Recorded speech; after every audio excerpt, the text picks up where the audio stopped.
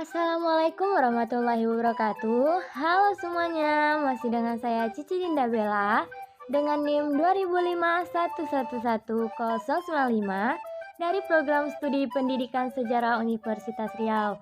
Nah, pada video kali ini saya akan membuat video presentasi mengenai materi SI, Syarikat Islam, awal perkembangan persaingan Syarikat Islam dan ISDV atau PKI.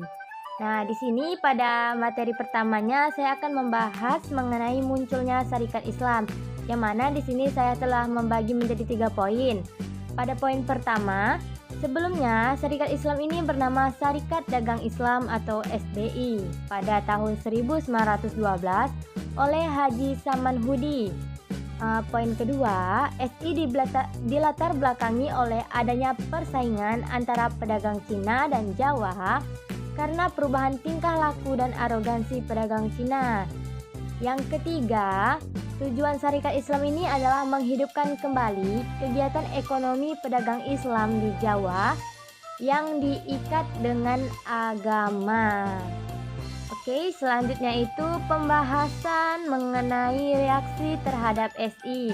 Di sini SI itu populer di kalangan rakyat kecil karena dapat memperbaiki kehidupan rakyat. Selanjutnya itu poin selanjutnya, Bupati Tribun ini menganggap pemimpin SI sebagai priai yang gagal yang dengan membebani perkumpulan bertindak macam-macam.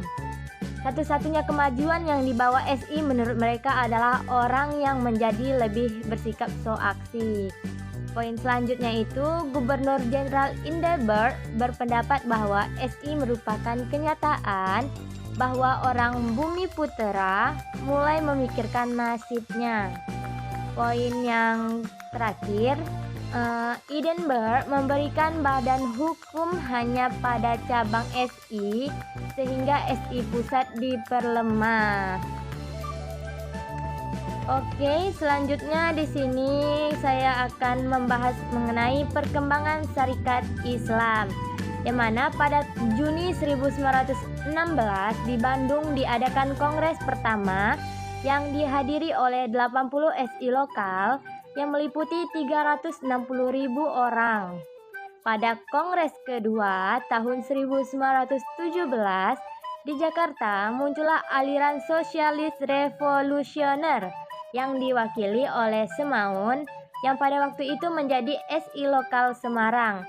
Namun, kongres itu tetap memutuskan bahwa perjuangan SI mendapatkan Zalbester atau pemerintahan sendiri. Pada kongres ketiga tahun 1918 di Surabaya, anggota 450.000 orang dari 87 SI lokal. Pengaruh Semaun semakin menjalar ke tubuh SI. Dikatakan bahwa pertentangan yang terjadi ini bukan antar penjajah dan terjajah, tetapi juga antar kapitalis dan buruh. Pada kongres keempat tahun 1919, SI memperhatikan gerakan buruh atau serikat kerja atau SS yang memperkuat kedudukan partai politik dalam menghadapi pemerintahan kolonial.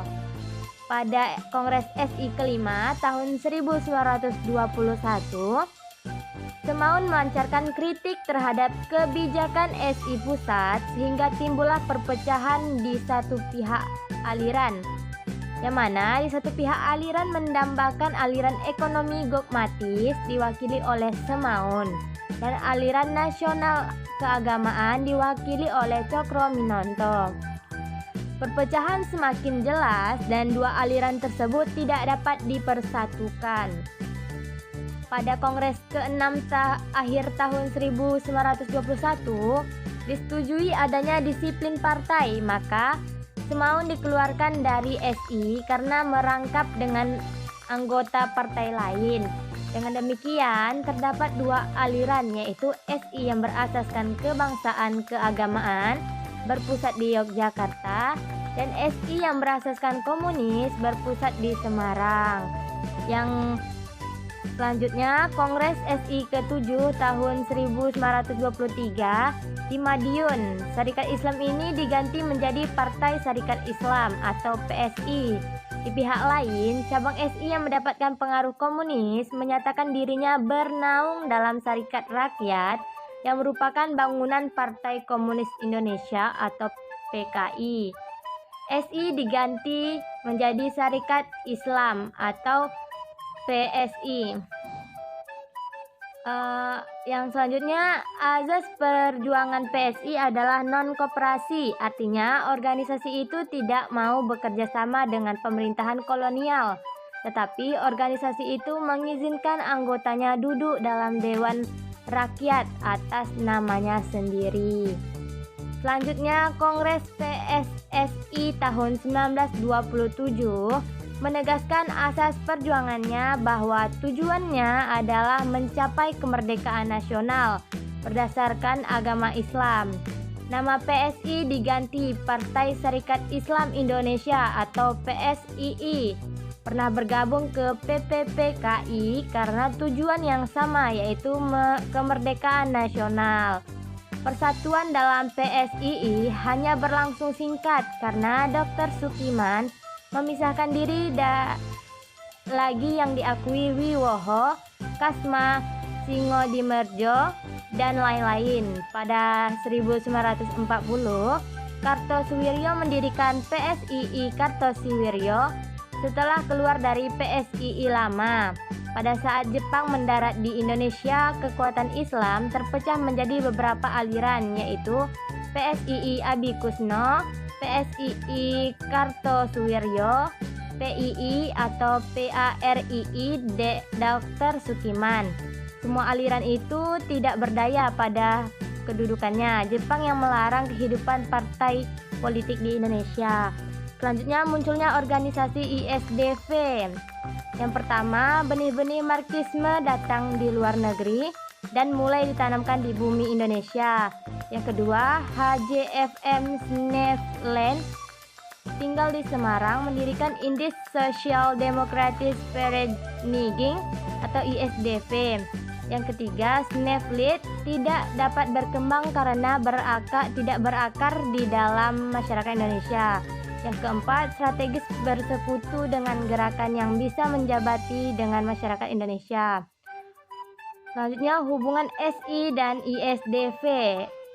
ISDV bekerja sama dengan SI menjadikan anggota ISDV menjadi anggota SI. Keberhasilan ISDV masuk ke SI yang pertama, Sentral Syarikat Islam atau CSI, sebagai badan koordinasi pusat masih sangat lemah kekuasaannya. Tiap-tiap cabang SI bertindak sendiri-sendiri secara bebas. Para pemimpin lokal yang kuat mempunyai pengaruh yang menentukan di dalam si cabang. Yang kedua, kondisi kepartaian pada masa itu memungkinkan orang untuk sekaligus menjadi anggota lebih dari satu partai. Hal ini disebabkan pada mulanya organisasi-organisasi itu didirikan bukan sebagai suatu partai politik, melainkan sebagai suatu organisasi guna mendukung berbagai kepentingan sosial, budaya, dan ekonomi. Di kalangan kaum terpelajar, menjadi kebiasaan bagi setiap orang untuk memasuki berbagai macam organisasi yang dianggapnya dapat membantu kepentingannya. SI Semarang menyerang CSI sama sengitnya seperti mereka menyerang pemerintahan kolonial dan kapitalis asing. Oleh karena campur tangan ISDV dalam pertikaian antara CSI dan SI Semarang dalam kongresnya bulan Oktober 1917, SI memutuskan untuk menghentikan segala hubungan dengan ISDF. Baiklah, mungkin cukup sekian penjelasan saya pada video kali ini. Kurang dan lebih saya mohon maaf. Saya akhiri, wabillahi taufik wal hidayah. Wassalamualaikum warahmatullahi wabarakatuh. Sampai berjumpa di video selanjutnya.